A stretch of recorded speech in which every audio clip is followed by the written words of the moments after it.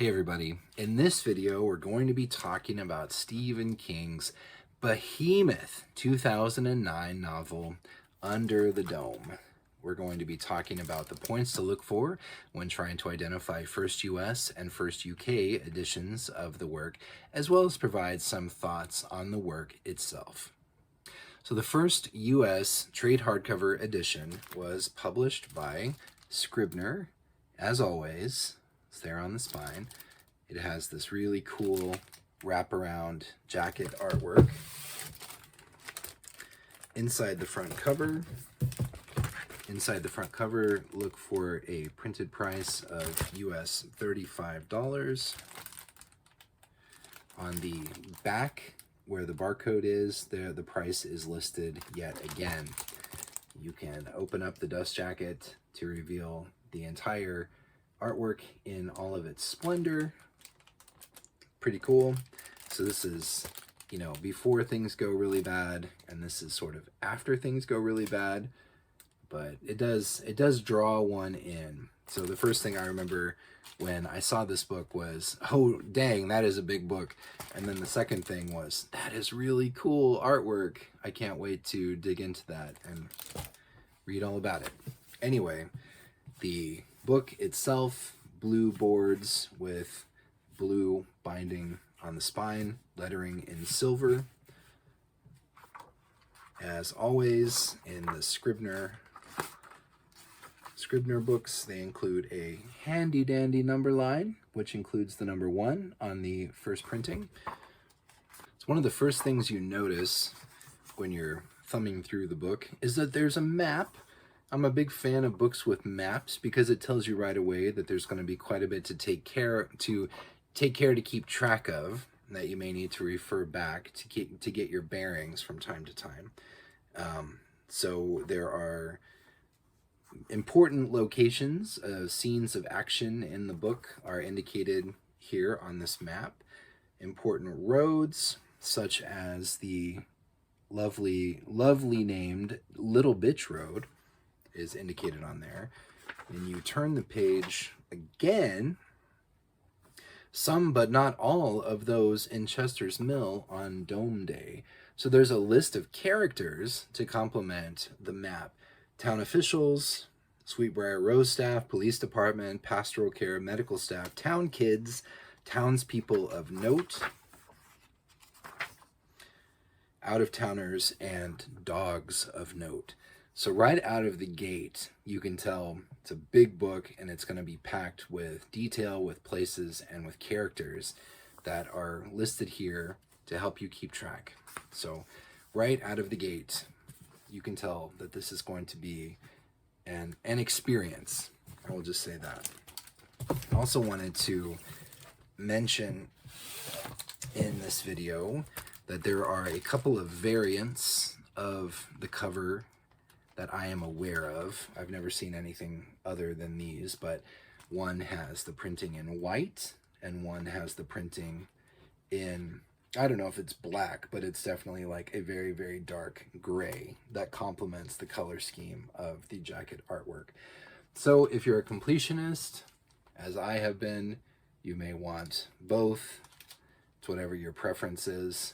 I think the white one pops better and probably looks better and makes more sense from a design standpoint, but the gray one is, I don't know, it's just an alternate, it's a variant, so it could be a way to get people to buy the same book twice. I didn't buy it twice at list price, but I did eventually buy it twice in my out in the wild purchases. But anyway, enough of that. I'm going to pass it over now to Noah to show the first UK trade hardcover edition of Under the Dome. We are looking at the British first trade edition of Under the Dome, published by Hodder and Stoughton. This one features nicely illustrated jacket, I think. It's like kind of purple blue color palette, which I like. Otherwise, it's pretty straightforward. It's got a price of $19.99. I don't know. It says E19.99. I don't know if that means euro or or what. Normally it's in pounds sterling. So I'm not sure what that E means, not being from the UK, but that's the printed price. And the copyright page features a single 1 to indicate first printing. And the end papers are nice. They feature artwork on both. And that's pretty much it for this book. UK trade Under the Dome. So in the press leading up to the release of Under the Dome, one of the things that Stephen King talked about was how he had begun the book at some point in the 70s, and he started it, he wrote the first chapter, he got kind of overwhelmed by the scope of it, and he put it away. Although the idea never completely left his mind, he moved on to other things. But at this point in his career, he felt like he was talented enough, he was accomplished enough, he was brave enough to finally be ready to tell this story. And I can't tell you, there's been a few things like that in Stephen King's career where he talks about this, the idea is old, so you get the benefit of sort of an early era Stephen King idea that has percolated and gestated in his mind for decades until he is finally talented enough and ready to write it down. I hear stuff like that and I get chills. A couple years after this, he did sort of the same thing with 11/22/63, which he had said was a story or an idea that had been in his head for decades, potentially even back to the JFK assassination itself. But only after decades of writing and publishing was he confident enough and talented enough to finally tackle it. I love stuff like that. So the first chapter of Under the Dome is not the verbatim script that Stephen King wrote back in the 70s, which apparently was lost, but he was able to recreate it pretty much page for page because it was so clearly lodged in his memory. So the first chapter originates back in the 70s. Everything else in this massive book is original to the period in which it was published. So like I said, the first thing you notice is that this is a big ass book. And in fact, in terms of page count, it's right up there in the company of it and the complete and uncut The Stand. But as you've may have seen in my previous video about the complete and uncut Stand, there were a lot of design decisions that were made in the publication of that book, which to me artificially padded the page count so they could release it and say, this is officially the longest book that Stephen King has ever published. When you flip through it, there's a lot of blank spaces, there's a lot of artistic choices, flourishes, including artwork throughout the book itself, which all makes a lovely book. But I think if all of that had been removed, the page count would have been far less. Which, all that to say is that it and Under the Dome are right up there as a couple of the very longest books that Stephen King has published. This one clocks in at 1,072 pages with a brief 2-page author's note. Another thing you notice, Stephen King is it's just mind-boggling how productive he is. After decades publishing, decades telling stories, he still gets his page quota every day. He still churns it out. There's a really interesting interview that he did with George R.R. Martin, where he was basically being interviewed by George Martin. And one of the things George Martin says was, "How can you fucking write so fast?" And Stephen King laughs and, I write every day. I try to get it as clean as possible. And I can, write a 300-page novel in about a month, which, I've never written a novel in my life. I've written a few short stories, and just the idea of that day after day, 10 pages, an entire novel in a month. It's just mind-boggling to me. But anyway, this Under the Dome, 1,072 pages. I love when he puts dates in the books. It, I think, took several years from start to finish. But Under the Dome, November 22nd, 2007 to March 14th, 2009. So I don't know if that is first draft. I don't know if that is from the first word typed to the final draft, final revisions. But anyway, this behemoth novel took less than a year and a half from start to finish. It just blows my mind. But anyway, yeah, the book is big. It's a little bit daunting to think about diving in. I mean, now I think at this point in my life, the idea of digging into a really big, long book just means that there's that much more to experience, that the journey just lasts that much longer, and it's something that I really relish. But even just 15 years ago, I found the idea of a 1,000-page novel to be very daunting and very overwhelming indeed. So while I've had the book, I did buy it when it first came out. It wasn't until the last few years that I actually read it. And the first thing, like I mentioned The Stand, I mentioned It. So it's hard not to think of Under the Dome in that company. And The Stand is epic, sprawling, many, many characters over a great period of time. And the first thing you notice about Under the Dome is it's kind of the polar opposite of that, right? So a dome comes down, seals off this community, and over the course of really just a few days, this sort of microcosm of society, Stephen King shines a light on what happens, how the people interact, and what the ramifications are of this sealed dome. And it starts off it's terrible, but it starts off bearable and then very quickly goes south in a really, really big way. I appreciate the limited scope geographically of the novel because it also kind of limits the number of players. It limits the number of settings.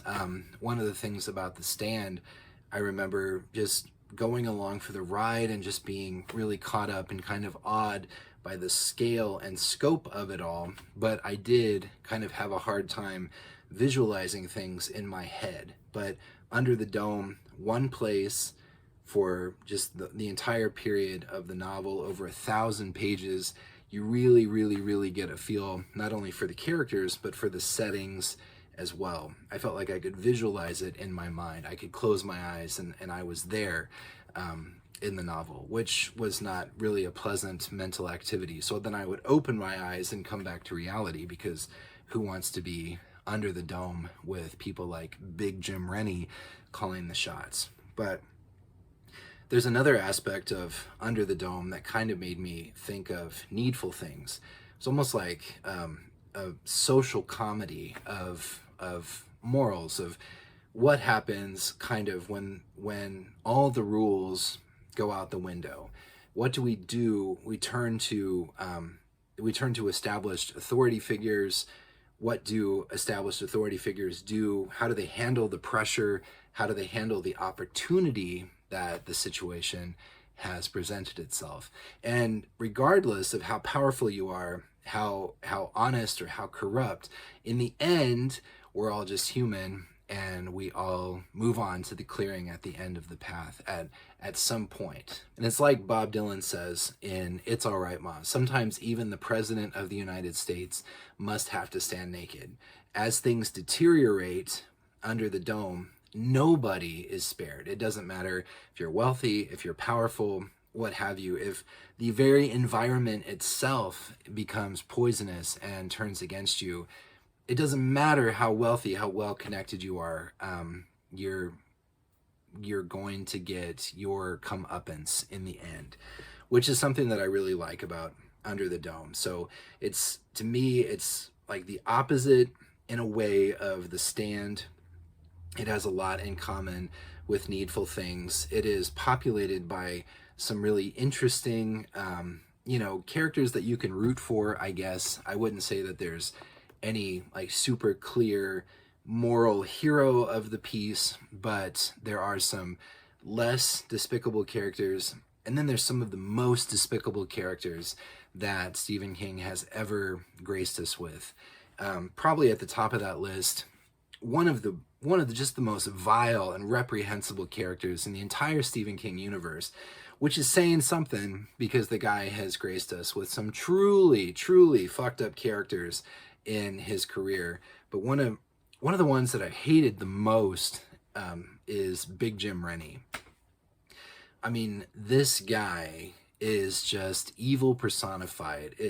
He's two-faced political power personified, and kind of plays into this fantasy idea that I have that most politicians are talking out of both sides of their mouth, and are if you peeled back the veneer, are truly hiding some really dark secrets. And Big Jim Rennie is right up there. Oh my, is he hiding some dark secrets? And throughout the novel, I grew to hate him more and more, and truly like relish the idea of at some point this guy's gonna get his, and he does. Spoiler alert, he does. But I kind of wish like that he, I don't know, it wasn't as bad for him as I was hoping in the end, despite the fact that it was pretty bad. But yeah, Big Jim Rennie, absolutely despicable. Hated the character, but also kind of loved hating him. I I I I enjoyed hating him. I went along for the ride, and I really got a kick out of him. Ultimately, looking back on it, I have to admit, and I'm not proud of it, but I have to admit that I did enjoy his antics, and it was a big part of what gave the novel that sort of electricity and that crackle that kept me enthralled and kept me reading. 1,000-page novel, could just, it just feels in a certain sense indulgent. It must be overwritten. It must be long-winded. Stephen King infamously compared his works to like McDonald's cheeseburgers. They're big and they're fatty and they're not very good for you, but man, are they delicious. And they do fill you up and potentially clog your literary arteries. Well, one of the reasons that I was nervous about reading Under the Dome, not just the fact that it's so long, but that I was really worried that it would suffer a lot of that bloat and overwriting that Stephen King has been accused of throughout his career. But Under the Dome really does clip along. It's a marvel of plotting, of pacing. It doesn't really ever seem to drag. The stakes get higher and higher, and the people get more and more desperate. And of all the few, but of the 1,000+ page novels that I've ever read, Under the Dome really does seem quite a bit shorter than that in terms of just propulsion and carrying you along. So it's definitely a highlight for me in the Stephen King's entire bibliography. It's a big, nasty, audacious, compulsive, thought-provoking novel with, I'm not going to just give it away. You've probably already read the book if you're watching this video, but with one absolute twister of an ending that kind of blew my mind, and it made me laugh out loud. I remember very vividly getting to the end of the novel and then laughing and thinking, what? No way. I haven't dug too much into it, but I believe the entire premise and the way it's resolved was inspired by a previous work, which happens quite a bit in Stephen King. He pays homage to something that came before. You could say that, uncharitably, you could say that he plagiarizes other people's ideas sometimes, but charitably, you could call it an homage. And Under the Dome includes an homage to something that is obscure enough to most people that unless they were told, or like me, they read about the book, they wouldn't realize that there was that homage even coming into play. But regardless, Led Zeppelin stole most of the licks they ever published under their own names from other people. That is really shady in a way, but it doesn't negate the fact that Led Zeppelin freaking rocks, and Led Zeppelin is enjoyable and entertaining to listen to. Well, Under the Dome is enjoyable, it's entertaining. Be prepared to thoroughly hate and revile some of the characters, and to thoroughly hate and revile some of the things that happen in the world of the book. But if you're a fan of Stephen King, it is on par with other things that he has done before. So if you go into this with several Stephen King books under your belt, chances are you'll be well prepared for where Under the Dome goes. But it is an interesting idea, well executed.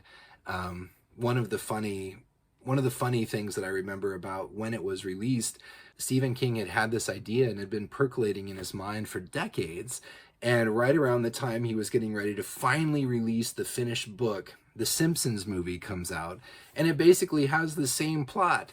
And people were like, "What the heck, Stephen King? You stole from the Simpsons." And Stephen King was able to say, "Hey, I have these notes of I was writing this book in the 70s. I swear." It was just one of those coincidental things where multiple people have a similar idea around the same time, independently of each other. But that was just a funny bit of controversy that everyone got so upset that Stephen King would dare to steal from the Simpsons, the beloved American iconic institution, the Simpsons. And Stephen King was like, "I didn't steal from the Simpsons." Now, if you look really close at the ending of the book, you'll realize that I did steal. I stole from somebody else, somebody you've probably never heard of. I would never dare steal from something as famous and well-known as The Simpsons. But all that to say, Under the Dome is a wild ride, and definitely a highlight of the aughts, a highlight of the decade that it was published, in my opinion, but also definitely a highlight along the long journey through the entire Stephen King bibliography. So anyway, let me know what you think. Is Under the Dome and completely overrated just mess of a book? Is it your favorite? What do you think about that crazy ending? Let me know in the comments. Do you like the Simpsons movie more than Under the Dome? Do you feel like the Simpsons did the story better than Stephen King? Let me know that too. Your opinion is your own, and I always enjoy hearing what other people have to say, particularly about the works of Stephen King. But anyway, thank you very much for your time. Thank you for your support of me and of the channel. And until next time, take care of yourselves. Bye.